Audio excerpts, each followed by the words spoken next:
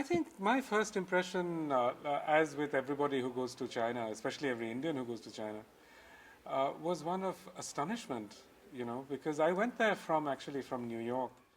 I mean, we think of New York as the big sort of city, the big tall city, and you suddenly arrive in a place and you realize that, this place can accommodate 100 New Yorks. So, I mean, it was just a sense of astonishment that even though one had read so much already about all that's happened in China in terms of infrastructure, the actual reality of it doesn't strike you until you've actually seen it close up.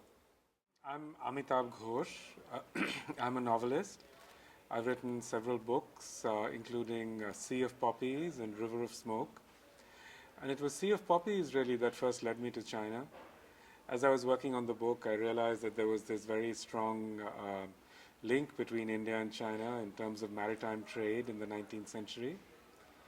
And the connections that I was exploring was between Calcutta and Guangzhou and Bombay and Guangzhou. So I set off so I went to Guangzhou and spent a month there. The surprising thing about China is that it's actually very user-friendly. I mean, it's easier for a stranger to get around China, I think, than for them to get around India. I mean, people don't harass you all the time. People don't try and cheat you all the time. So in so many ways, it's actually much easier.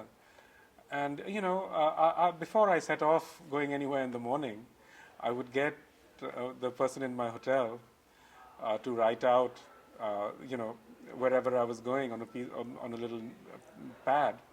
And then I would show this to the taxi driver, and it was no trouble at all. I mean, they would just take me exactly where I wanted to go. And they were always incredibly friendly and nice, and all the restaurants I went to, people were ever so friendly.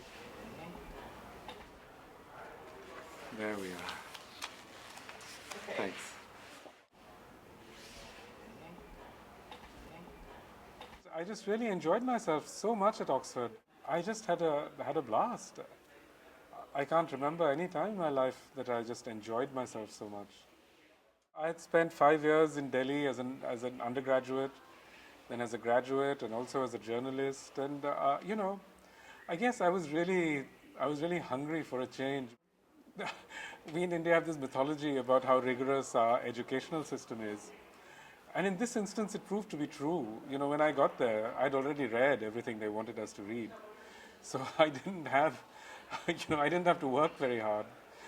And, so I had plenty of time to just enjoy myself. And that was so much fun.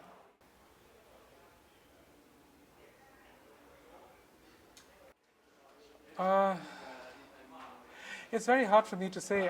When I say modern India, I really mean 20th and early 20th century India.